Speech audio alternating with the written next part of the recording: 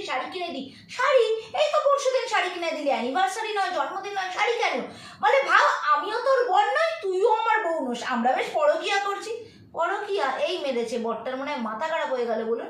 অমনি বলে কি, দেখলি না সত্যজিতের বউটা এই বয়সে কেমন পরকিয়ার চক্করে পালিয়ে গেল, তার থেকে যদি আমরা দুজন পরকিয়া করে গিফট দেওয়া নেওয়া করি তাহলে তার তোর পালিয়ে যাওয়ার চক্কর নেই বল। দেখেছেন বউ আটকানোর কি ফন্দি বিকির বাতলেছে। চলুন দেখাই পরকিয়ার চক্করে কি কাপড় কিনে দিল আজকে। এই দেখুন, এই শাড়িটা কিনে দিয়েছে।